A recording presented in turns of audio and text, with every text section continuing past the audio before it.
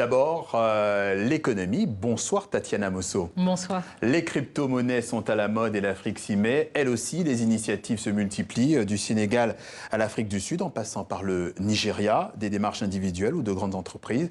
Toutes démarches où on tente d'établir cette monnaie numérique sur le continent. Alors d'abord, Tatiana, la première question, qu'est-ce que la crypto-monnaie ? Alors, vous l'avez dit, c'est une monnaie virtuelle, c'est-à-dire que ces billets-là que vous voyez, qu'on utilise tous les jours, eh bien, dans le monde des crypto-monnaies, on ne les utilise plus. On utilise un téléphone portable ou alors son ordinateur pour pouvoir faire ses achats. Alors, on peut acheter de tout. On peut acheter un sac de riz, on peut acheter une voiture, à la seule condition, évidemment, que le vendeur soit équipé pour recevoir cette monnaie. Alors, c'est une monnaie qui a une utilisation particulière sur le continent, puisqu'elle sert surtout pour les paiements, les achats en ligne, par exemple pour payer ses factures, mais aussi pour les transferts d'argent, ce qui est courant sur le continent africain. La première et probablement la plus connue des crypto-monnaies, c'était le Bitcoin, créé en 2009 et la plus répandue.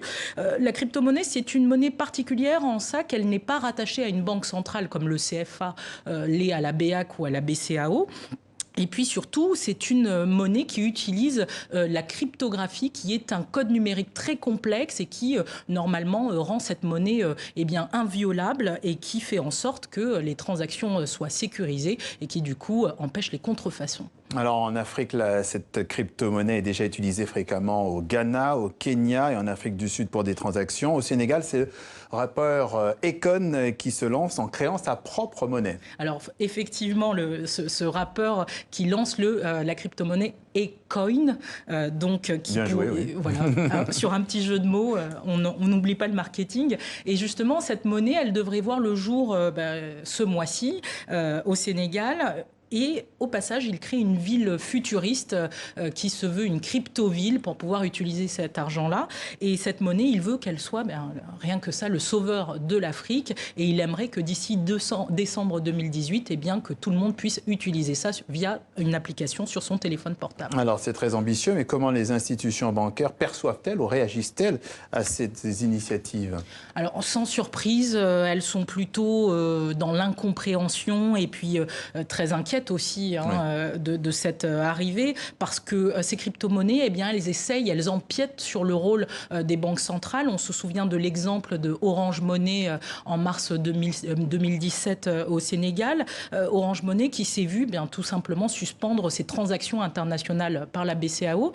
Une BCAO donc inquiète, elle est inquiète sur la question du contrôle des émetteurs et puis tout simplement sur la volatilité de cette monnaie. Donc qui est-ce qui régule, qui est-ce qui sanctionne cette monnaie qui ne passe plus par les banques centrales? Les institutions sont frileuses, ainsi que les États auxquels elles sont liées, donc les différents pouvoirs qui, eux, ne savent pas comment légiférer sur ces monnaies numériques. Un peu conservatrice. Alors, en filigrane de ces initiatives, il y a ce débat du maintien ou non du franc CFA. Alors, le maintien ou non du franc CFA, est-ce que ça peut être une alternative pour le chanteur Akon?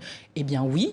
Mais en fait, ce qui est intéressant dans ces différentes initiatives technologiques qui tentent d'introduire la crypto-monnaie sur le continent, c'est ce désir d'indépendance de ces différentes initiatives et puis surtout de sortir d'un système établi de toutes ces institutions-là. Et de ce côté-là, l'indépendance, elle n'est pas accessible à tout le monde. C'est-à-dire que s'il n'y a pas Internet et si on n'a pas l'outil numérique, on reste sur le banc de touche, alors que ce soit l'Ubuntu Money qui vient de se lancer en Côte d'Ivoire au mois de juin, qui a une vocation très éthique et sociale, ou encore le Bitcoin qui est très utilisé au Nigeria, ou alors on va choisir un exemple qui n'a pas marché du tout, le ICFA qui avait été annoncé en janvier 2017 et qui finalement n'a jamais vu le jour. Bref, toutes ces initiatives, elles participent aujourd'hui au débat pour une démocratisation de la monnaie et surtout, elles participent au débat, à la réflexion sur le questionnement de l'efficacité du dispositif monétaire ainsi que l'efficacité, le taux de bancarisation qui est faible en Afrique et évidemment l'accès au crédit. La crypto-monnaie décryptée par Tatiana Mosso. Merci à vous et donc